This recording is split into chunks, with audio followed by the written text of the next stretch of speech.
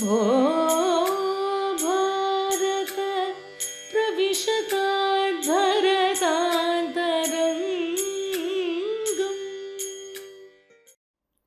ನಮಸ್ಕಾರ ಸ್ನೇಹಿತರೆ. ನೂಪುರ ಭ್ರಮರಿಯ 20ನೇ ವರ್ಷದ ಈ ಸಂಭ್ರಮ ಕಾಲದಲ್ಲಿ ಭರತಾಂತರಂಗ ತನ್ನ ಯಶಸ್ವಿಯಾದಂತಹ 25 ಸಂಚಿಕೆಗಳನ್ನು ಕ್ರಮಿಸಿ ಮುಂದೆ ಸಾಗ್ತಾ ಇದೆ. ಈ ಸಂಚಿಕೆಗಳಿಗೆ ನಿಮ್ಮ ಆಶೀರ್ವಾದ ಪ್ರತಿಕ್ರಿಯೆಗಳ ಮೂಲಕವಾಗಿ ಅಗಾಧವಾಗಿ ನಮ್ಮ ಕೈ ಸೇರಿದೆ. ಮತ್ತಷ್ಟು ಪ್ರತಿಕ್ರಿಯೆಗಳನ್ನು ತಾವು ನಮಗೆ ದಯಪಾಲಿಸಬೇಕು ಅಂತ ಕೇಳ್ಕೊಳ್ತಾ, ನಾನು ನಿಮ್ಮ ಡಾಕ್ಟರ್ ಮನೋರಮಾ BN, ನೂಪುರ ಭ್ರಮರಿ ಸಂಸ್ಥೆಯ ನಿರ್ದೇಶಕಿ, ಸಂಶೋಧಕಿ ಮತ್ತು ಸಂಪಾದಕಿ. ಈ ಸಂಚಿಕೆಯಲ್ಲಿ ನಾವು ನಾಟ್ಯದ ತತ್ವಗಳತ್ತ ಮತ್ತೊಂದಷ್ಟು ಮುಂದುವರಿತಾ ಇದ್ದೇವೆ. ಇದರಲ್ಲಿ ಯಾವ ರೀತಿಯಲ್ಲಿ ನಮ್ಮ ಪಾಲ್ಗೊಳ್ಳುವಿಕೆ ಇರಬೇಕು, ಹಾಗೆಯೇ ಇದಕ್ಕೆ ತತ್ವ ಪ್ರಮೇಯಗಳ ಒಂದು ಬಲ ಎಷ್ಟಿದೆ, ಮೀಮಾಂಸೆಗಳ ಬಲ ಎಷ್ಟಿದೆ ಅನ್ನೋದನ್ನು ನಾವು ತಿಳಿಯೋದಕ್ಕಿದ್ದೇವೆ. ಬನ್ನಿ, ಈ ಸಂಚಿಕೆಯಲ್ಲಿ ನಮ್ಮನ್ನು ಇನ್ನೊಂದಷ್ಟು ಹೆಚ್ಚಿಗೆ ಮನೋಮಂಥನಕ್ಕೆ ಸಹಕಾರ ಮಾಡಿಕೊಡ್ತಾ ಇರುವಂಥವರು ವಿದ್ಯಾವಾಚಸ್ಪತಿಗಳಾದಂತಹ ಉಮಾಕಾಂತ ಭಟ್ಟಕೆರೆಕೈಯವರು. ಅವರನ್ನು ನಾವು ಕೇಳುವಂತಹ ಸುಕೃತವನ್ನು ಯಾಕೆ ಮಿಸ್ ಮಾಡೋದು ಅಂತಂತೀರಾ? ಬನ್ನಿ, ಆನಂದಿಸಿ. ನಮಸ್ಕಾರ. ನಮಸ್ಕಾರ. ಜಗತ್ತಿನಲ್ಲಿ ಇಷ್ಟೊಂದು ಪ್ರಕಾರದ ಕಲೆಗಳಿದ್ದಾವೆ. ನೃತ್ಯ, ನಾಟ್ಯ. ಈ ನಾಟ್ಯದ ಅಥವಾ ನೃತ್ಯದ ಕಾಲದಲ್ಲಿ ಎಲ್ಲದರಲ್ಲೂ ಕೂಡ ನಮಗೆ ರಸದ ಒಂದು ದರ್ಶನ ಆಗಬೇಕು ಅಂತ ಏನಿಲ್ಲ. ಎಷ್ಟೋ ಸಂದರ್ಭದಲ್ಲಿ ಆಗೋದೂ ಇಲ್ಲ. ಹಾಗಂತ ಅದಕ್ಕೋಸ್ಕರ ಪರಿಶ್ರಮ ಪಡೋದನ್ನ ಮನುಷ್ಯರು ನಿಲ್ಲಿಸಿಯೂ ಇಲ್ಲ. ಎಷ್ಟೋ ಖರ್ಚುಗಳನ್ನು ಮಾಡ್ತಾರೆ, ಎಷ್ಟೋ ಪರಿಶ್ರಮಗಳನ್ನು ಪಡ್ತಾರೆ. ಹಾಗಿದ್ದು ರಂಗದಲ್ಲಿ ಎಷ್ಟೋ ಸಲ ಅದು ಆ ವ್ಯವಸಾಯದಲ್ಲಿ ಅನುತ್ತೀರ್ಣವಾಗುವಂಥ ಸಂಭವನೀಯತೆ ಇದೆ. ಮತ್ತು ಸಹೃದಯನ ಮೂಲಕವಾಗಿ ಆ ರಸೋನ್ಮೇಷ ಆಗುವಂಥದ್ದು ಎಲ್ಲ ಸಂದರ್ಭದಲ್ಲೂ ಎಲ್ರಿಗೂ ಒಂದೇ ಥರ ಇರೋದಿಲ್ಲ ಅನ್ನೋದನ್ನು ಕೂಡ ನೀವು ಹೇಳಿದ್ರಿ. ಕಲಾವಿದನಿಗೂ ಕೂಡ ಹಾಗೆ ಅನಾರೋಗ್ಯಗಳು, ವೈಯಕ್ತಿಕವಾದ ಸಮಸ್ಯೆಗಳ ನಡುವೆ ಅವನು ಕರಗಿ, ಬೆಂದು, ಉಬ್ಬಿ, ತಗ್ಗಿ ಎಲ್ಲ ಆಗಬೇಕಾದ್ರೆ ಅವನು ಒಂದು ಪಾಕಗೊಳ್ತಾನೆ, ಕೆಲವೊಂದ್ಸಲ ಪಾಕಗೊಳ್ಳೋದಿಲ್ಲ. ಅವನಿಗೂ ಕೂಡ ಸರಿಯಾದ ರೀತಿಯಲ್ಲಿ ಒಂದು ಸಲ ಮಾಡೋದಕ್ಕಾಗಬಹುದು ರಂಗದಲ್ಲಿ, ಅಥವಾ ಮಾಡ್ಲಿಕ್ಕೆ ಆಗದೇ ಇರಬಹುದು. ಎಲ್ಲೋ ಒಂದು ಸಲ ರಸ ಆಕಸ್ಮಿಕವಾಗಿ ಬಂದು ಹೋಗುತ್ತೆ, ನಮಗೆ ಅನುಭವಕ್ಕೆ ಬರುತ್ತೆ. ಆ ಒಂದು ಆಕಸ್ಮಿಕ ದರ್ಶನಕ್ಕೆ, ಅನುಭವಕ್ಕೆ ಇಷ್ಟು ಕೆಲಸವನ್ನು ಮಾಡಬೇಕಾ? ಹಾಗಾದ್ರೆ ಇಷ್ಟು ಕೆಲಸಗಳ ಒಂದು ಫಲ ನಮಗೆ ಅದು ಒದಗೋದಿಲ್ಲಲ್ಲ ಎಷ್ಟೋ ಸಂದರ್ಭದಲ್ಲಿ. ಹಾಗಾದರೆ ಅದರ ತೃಪ್ತಿಯ ವಿಷಯದಲ್ಲಾಗಿರಲಿ, ಖರ್ಚಿನ ವಿಷಯದಲ್ಲಾಗಿರಲಿ ಒಂದು ಅಸಮಾಧಾನ ಉಳಿದು ಹೋಗ್ತದಲ್ಲ. ಅದನ್ನು ನಿವಾರಿಸ್ಕೊಳ್ಳುವ ಬಗೆ ಹೇಗೆ, ಅಥವಾ ಅದರ ರೀತಿ ನೀತಿಗಳು ಹೇಗೆ, ಇದನ್ನು ತಿಳಿಸ್ಕೊಡ್ಬೋದಾ? ಪ್ರಾಯೋಗಿಕವಾದ ಪ್ರಶ್ನೆ ಕೇಳಿದ್ದೀರಿ ನೀವು. ಈಗ ಪರಿಶ್ರಮದಿಂದ ದುಡಿತಾನೆ, ಸಮಾಧಾನದಿಂದ ಫಲವನ್ನು ಅನುಭವಿಸೋದಿಲ್ಲ ಅಂತ ಆದ್ರೆ ಯಾಕೆ ಮಾಡಬೇಕು? ಹೌದು, ಅದೊಂದು ಪ್ರಯೋಗದ ಒಂದು ಪ್ರಶ್ನೆ ಇದು. ನಿಜ. ಆದರೆ ಈ ಪ್ರಶ್ನೆಯ ಹಿಂದೆ ಒಂದು ಕಾರ್ಯಕಾರಣ ಭಾವ ಇದೆ. ನಮಗೆ ಅಭಿಲಷಿತವಾದ ಫಲ ಸಿಗಬೇಕು ಅಂದ್ರೆ ಇದು ಸಾಧನ ಅಂತ ಗೊತ್ತಿರಬೇಕು. ಕಷ್ಟಪಟ್ಟು ಕೃಷಿ ಮಾಡ್ತಾನೆ ಒಬ್ಬ, ಕೃಷಿ ಮಾಡಿದ ಮೇಲೆ ಬೆಳೆ ಬರಬೇಕು. ಕೆಲವೊಮ್ಮೆ ಮಳೆ ಮತ್ತು ಉಳಿದಂತಹ ಹವಾಮಾನದ ಕೊರತೆಯಿಂದಲೋ, ಯಾವುದಾದ್ರೂ ರೋಗ ರುಜಿನಗಳ ಕಾರಣದಿಂದಲೋ, ಇನ್ಯಾವುದೋ ಕಾರಣದಿಂದ ಒಂದು ನ್ಯೂನತೆಯಿಂದಾಗಿ ಬೆಳೆ ಬರೋದಿಲ್ಲ. ಹೌದು. ಅದರಿಂದ ಕೃಷಿ ವ್ಯರ್ಥ ಅಂತ ಅಂದ್ಕೊಳ್ಳೋದಿಲ್ಲ. ಈ ಸಾರಿಯ ಕೃಷಿಯಲ್ಲಿ ತನಗೆ ನಷ್ಟ ಆಯಿತು ಅಂತ ಅಷ್ಟೇ ಹೇಳ್ತಾನೆ. ನಷ್ಟ ಆಯಿತು ಹಾಗಂತ ಬೆಳೆಯೇ ಬರಲಿಲ್ಲ ಅಂತಲ್ಲ. ಪ್ರತಿ ವರ್ಷ ಬರುವಷ್ಟು ಹುಲುಸಾಗಿ ಬೆಳೆ ಬರಲಿಲ್ಲ, ಬೆಳೆ ಕಡಿಮೆ ಬಂದಿದೆ ಅಂತ ಅರ್ಥ. ಇದು ಲೋಕಸಿದ್ಧವಾದಂತಹ ಒಂದು ನ್ಯಾಯ. ಆ ನ್ಯಾಯವನ್ನೇ ನಾವು ಅನುಸರಿಸಿ ಒಂದು ಸಮಾಧಾನ ಮಾಡ್ಕೊಳ್ಬೋದು. ಒಂದು ನಾಟ್ಯ ಪ್ರದರ್ಶನ ಮಾಡೋದಕ್ಕೆ ಪೂರ್ವಭಾವಿಯಾಗಿ ಬಹಳ ಶ್ರಮವನ್ನು ಪಡಬೇಕು. ಕಲಾವಿದ ತನ್ನ ಪರಿಣತಿಯನ್ನು ತಾನು ಸಂಪಾದನೆ ಮಾಡಬೇಕು. ಅಂದರೆ ಅವರ ಶಿಲ್ಪದಲ್ಲಿ ಬಹಳ ದುಡಿಮೆ ಬೇಕಾದ್ರು. ನಾಟ್ಯವಿರಲಿ, ನೃತ್ಯವಿರಲಿ, ಅಥವಾ ಶಿಲ್ಪವಿರಲಿ, ಚಿತ್ರಕಲೆ ಇರಲಿ, ಅವನ ಶಿಲ್ಪದಲ್ಲಿ ಅವನು ಬಹಳ ಪರಿಣತಿಯನ್ನು ಪಡಿಬೇಕು. ಅದಕ್ಕಾಗಿ ಶ್ರಮವನ್ನು ವಹಿಸಬೇಕು, ವ್ಯಯವನ್ನು ಮಾಡಬೇಕಾದ ಪ್ರಸಂಗ ಇರಬಹುದು. ಆದರೆ ನಾವು ಇಲ್ಲಿಯವರೆಗೆ ಚರ್ಚೆ ಮಾಡಿದ ವಿಷಯ ಯಾವುದು ಅಂದರೆ ಚರಮ ಫಲವನ್ನ. ರಸವೆಂಬುದು ಚರಮ ಫಲ, ಅದೊಂದು ಆತ್ಯಂತಿಕವಾದಂತಹ ಒಂದು ಫಲ. ಆದ್ದರಿಂದ ಆ ಫಲವೆಂಬುದು ಆಕಸ್ಮಿಕ ಅಂತ ಹೇಳಿದರೆ ನಾವು ಏನು ಹೇಳ್ದಂಗಾಯ್ತು? ಈ ಸಾಧನದಿಂದ ಅದು ಸಿಗೋದಿಲ್ಲ ಅಂತ ಹೇಳಿದಾಗೂ ಆಯ್ತು. ಹಾಗಾಗ್ಬಿಡತ್ತೆ. ಹಾಗಲ್ಲ ಅದು. ಈಗ ಏನಾಗಿದೆ ಅಂದರೆ, ಒಂದು ಕಾರ್ಯಕಾರಣ ಭಾವ ವ್ಯವಸ್ಥೆ ಮಾಡುವಾಗ ಶಾಸ್ತ್ರಕಾರರು ಒಂದು ಎಚ್ಚರಿಕೆಯನ್ನು ಹೇಳಿದ್ದಾರೆ. ನೀವು ಅಂಗಸಾದ್ಗುಣ್ಯದಿಂದ ಒಂದು ಕೆಲಸವನ್ನು ಮಾಡಿದರೆ, ಒಂದು ಕಾರ್ಯವನ್ನು ನಿರ್ವಹಿಸುವಾಗ ಅದರ ಸಕಲ ಅಂಗಗಳು ಸಕಲ ಕಲಾಪಗಳು ಸರಿಯಾಗಿ ನಡೆದರೆ ಫಲ ಸಿಕ್ಕಲೇಬೇಕು, ಸಿಕ್ಕೇ ಸಿಗತ್ತೆ. ಹಾಗೆ ಸಿಕ್ಕಿದ್ರೆ ಮಾತ್ರ ಅದನ್ನು ಕಾರ್ಯ ಅಂತಲೂ ಇದನ್ನು ಕಾರಣ ಅಂತಲೂ ನಾವು ನಿಶ್ಚಯ ಮಾಡ್ತೇವೆ, ಇಲ್ಲದೆ ಇದ್ರೆ ಇಲ್ಲ. ಈಗ ಒಳ್ಳೆಯ ವ್ಯವಸಾಯ ಮಾಡಿಯೂ ಹುಲುಸಾದ ಬೆಳೆ ಯಾಕೆ ಬರಲಿಲ್ಲ ಅದಕ್ಕೆ ಬೇರೆ ಬೇರೆ ಕಾರಣ ಇದೆ. ಒಂದು ಪ್ರತಿಬಂಧಕ ಅಥವಾ ಅದಕ್ಕೆ ತೊಂದರೆ ಕೊಡುವಂಥದ್ದು. ಹೂ ಕಚ್ಚಿದೆ ಆದರೆ ಮಿಡಿ ಕಾಯಿಯಾಗಿ ಹಣ್ಣಾಗಲಿಲ್ಲ, ಅಷ್ಟೇ ಇರೋದು. ಹಾಗಂತ ಹೂವು ಉದುರೋದಕ್ಕೆ ಅಲ್ಲಿ ಏನೋ ಒಂದು ಕಾರಣ ಏರ್ಪಟ್ಟಿದೆ. ಆ ಹೂವಿನಲ್ಲಿಯೇ ಹುಳ ಬಿದ್ದಿರಬಹುದು ಅಥವಾ ಹೂವನ್ನು ಉದುರಿಸುವ ಒಂದು ವಿಷಮವಾದ ಹವಾಮಾನ ಇರಬಹುದು. ಆ ಕಾರಣದಿಂದ ಅದು ಆಗಿದೆ, ಬಾಹ್ಯ ಕಾರಣ. ಹೌದು. ಅದು ಇಲ್ಲದೆ ಇದ್ರೆ ಅಂದ್ರೆ ಒಂದು ಜೀವ ಸಂಬಂಧದಿಂದ ಆದಂತಹ ಒಂದು ಪ್ರತಿಬಂಧಕ, ಇನ್ನೊಂದು ದೈವಿಕವಾದ ಪ್ರತಿಬಂಧಕ. ಹವಾಮಾನ ವೈಪರೀತ್ಯವೆಂಬುದು ದೈವಿಕವಾದ ಪ್ರತಿಬಂಧಕ. ಹುಳು ಹುಪ್ಪಡಿಗಳು ಬೀಳೋದು ಒಂದು ಚೇತನನ ಸಂಬಂಧದಿಂದ, ಒಂದು ಪ್ರಾಣಿಯ ದೆಸೆಯಿಂದ ಆದಂತಹ ಒಂದು ಪ್ರತಿಬಂಧಕ. ಈ ಪ್ರತಿಬಂಧಕ ಇರೋದರಿಂದ ಬೆಳೆ ಸಿಗಲಿಲ್ಲ ಅಂತ ಸಮಾಧಾನ ಮಾಡ್ಕೊಳ್ತಾರೆ. ಮತ್ತೆ ಮಳೆ ಬೀಳುವಾಗ ಮತ್ತೆ ವ್ಯವಸಾಯಕ್ಕೆ ಮುಂದುವರೆದೇ ಬರೀತಾರೆ. ಆದ್ದರಿಂದ ಈ ಪ್ರಪಂಚದಲ್ಲಿ ನಾಟ್ಯ ಪ್ರದರ್ಶನವನ್ನು ಕೊಡೋದಕ್ಕೆ, ಒಂದು ನಾಟಕವನ್ನು ಆಡೋದಕ್ಕಿರಲಿ, ಒಂದು ನೃತ್ಯದ ಕಾರ್ಯಕ್ರಮವನ್ನು ಏರ್ಪಡಿಸೋದಕ್ಕೆ, ಯಕ್ಷಗಾನದ ಒಂದು ಪ್ರದರ್ಶನವನ್ನು ಆಡಿಸೋದಕ್ಕೆ ಎಲ್ಲರೂ ಯಾಕೆ ಮುಂದಾಗ್ತಾರೆ ಅಂದರೆ ಬೈಕೊಂಡೇ ಮುಂದಾಗ್ತಾರೆ. ಚೆನ್ನಾಗಾಗಲಿಲ್ಲ, ನೋಡುವ ಈ ಸಾರಿ ನೋಡುವ ಅಂತ. ಅಂದರೆ ಇದರ ಅರ್ಥ ಏನು ಅಂದರೆ ಅವುಗಳ ಕಾರ್ಯಕಾರಣ ಭಾವ ಅವರಿಗೆ ನಿಶ್ಚಿತವಾಗಿದೆ, ಅದೊಂದು ನಮ್ಗೆ ಗೊತ್ತಾಗ್ತದೆ. ಆದರೆ ಈಗ ನಾವು ಆಲೋಚನೆ ಮಾಡಬೇಕಾದದ್ದು, ಒಳ್ಳೆಯ ಪ್ರದರ್ಶನ ಅಂತ ನಾವು ಅಂದುಕೊಂಡಾಗಲೂ ರಸೋದಯ ಆಗಲಿಲ್ಲ ಯಾಕೆ, ಅದನ್ನು ನಾವು ವಿಚಾರ ಮಾಡಬೇಕು.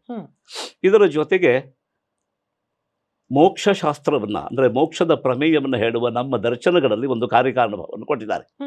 ಆತ್ಮದರ್ಶನ ಎನ್ನುವುದು ಪ್ರತಿಯೊಂದು ಜೀವಿಯು ಮುಕ್ತನಾಗುವುದಕ್ಕೆ ಬೇಕಾದ ಒಂದು ಅರ್ಹತೆ.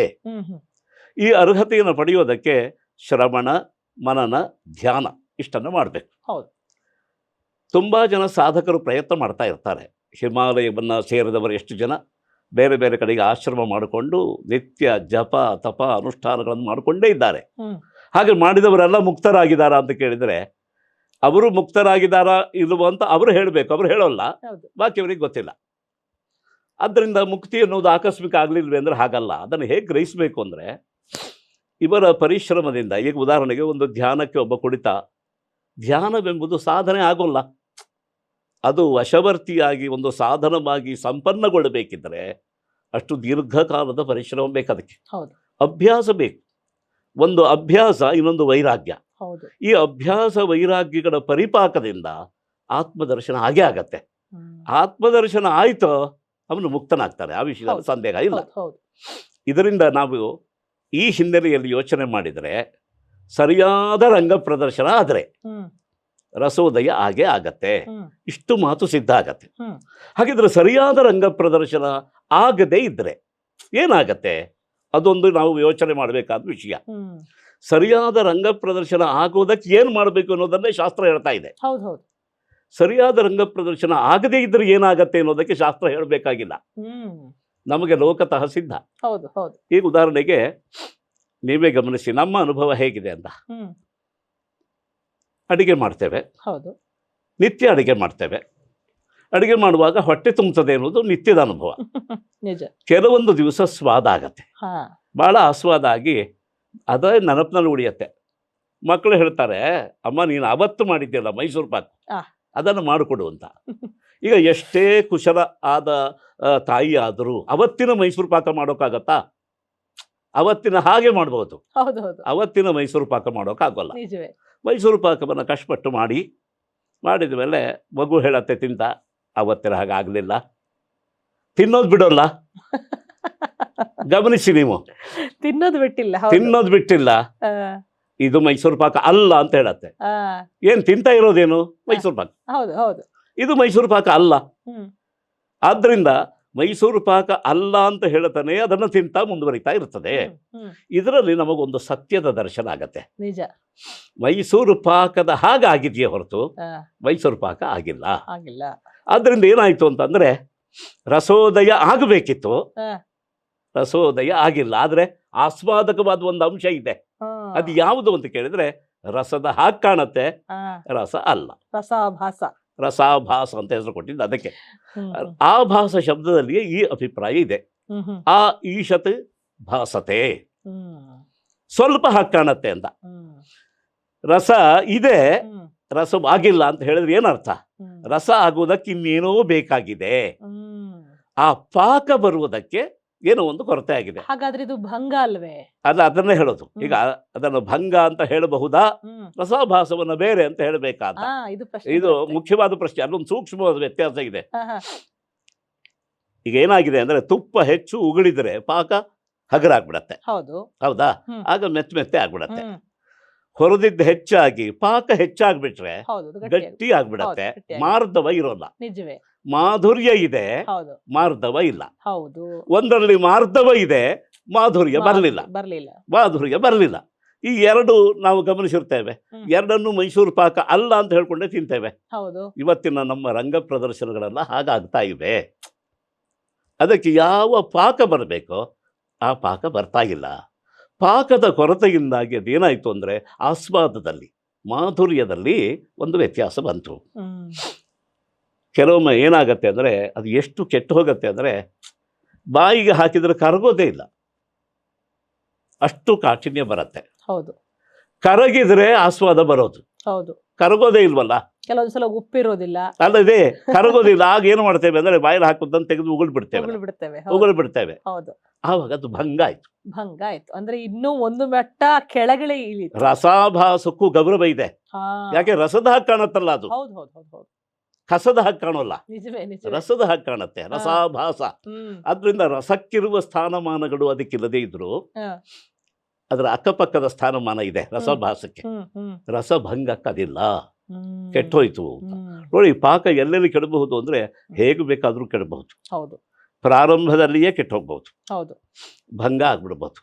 ಅಡಿಗೆ ಮಾಡ್ತಾ ಇರುವಾಗಲೇ ಯಾರೋ ಹತ್ತಿರದ ಬಂಧುಗಳಿಗೆ ತೊಂದರೆ ಆಗಿದೆ ಅಂತ ಅಂದ್ರೆ ಒಲೆ ಆರಿಸಿ ಹೊರಟು ಹೋಗ್ತಾರೆ, ಪಾಕವೇ ಇಲ್ಲ, ಅಥವಾ ಸೀದ್ ಹೋಗುತ್ತೆ, ಅಲ್ಲಿಗೆ ಸೀದು ಹೋಯ್ತು. ಆಗಲೂ ಕೂಡ ಆಯ್ತು. ಅದೆಲ್ಲ ರಸ ಭಂಗ ಆಗೋದು. ಸ್ವರೂಪವೇ ಕೆಟ್ಟು ಹೋದಾಗ ರಸಭಂಗ ಆಗತ್ತೆ. ಇಲ್ಲಿ ಸ್ವರೂಪ ಕೆಟ್ಟಿಲ್ಲ, ಪಾಕ ಕೆಟ್ಟಿದೆ, ಅಲ್ಲಿ ರಸಾಭಾಸ ಆಗತ್ತೆ. ಆದ್ದರಿಂದ ರಸಭಂಗಕ್ಕೂ ಭಾಸಕ್ಕೂ ಇರುವಂತಹ ಒಂದು ಸೂಕ್ಷ್ಮವಾದ ಭೇದ ಇದೆ. ಅದೇ ಆ ಚರ್ಮ ಫಲವನ್ನ ಪಡೆಯುವುದಕ್ಕೆ ಪ್ರಯತ್ನ ನಮ್ಮದು. ಅದು ಆ ಫಲ ಸಿಗೋದು ಬಿಡೋದು. ಮತ್ತೆ ಯಾಕೆ ಹೇಳಿದ್ರು ಅಂತಂದ್ರೆ, ರಸಾಸ್ವಾದವೆನ್ನುವುದು ಬ್ರಹ್ಮಾನಂದ ಸಹೋದರ ಅಂತ ನಾವು ಅದನ್ನ ಪರಿಷ್ಕರಿಸಿ ಸ್ಪೆಸಿಫಿಕ್ ಆಗಿ ಹೇಳಿದ ಉದ್ದೇಶವೇ ಅದು. ಹಾಗಾದ್ರೆ ಎಲ್ಲ ಆಸ್ವಾದನೆಗಳು ರಸ ಆಗೋದಿಲ್ಲ, ಹಾಗಂತ ಆಸ್ವಾದ ಇಲ್ಲ ಅಂತಲ್ಲ. ಪ್ರತಿಯೊಂದು ಪ್ರದರ್ಶನದಲ್ಲೂ ಆಸ್ವಾದ ಇದೆ. ಆಸ್ವಾದ ಇಲ್ಲದೆ ಇದ್ರೂ ತೊಡಗೋದೇ ಇಲ್ಲ.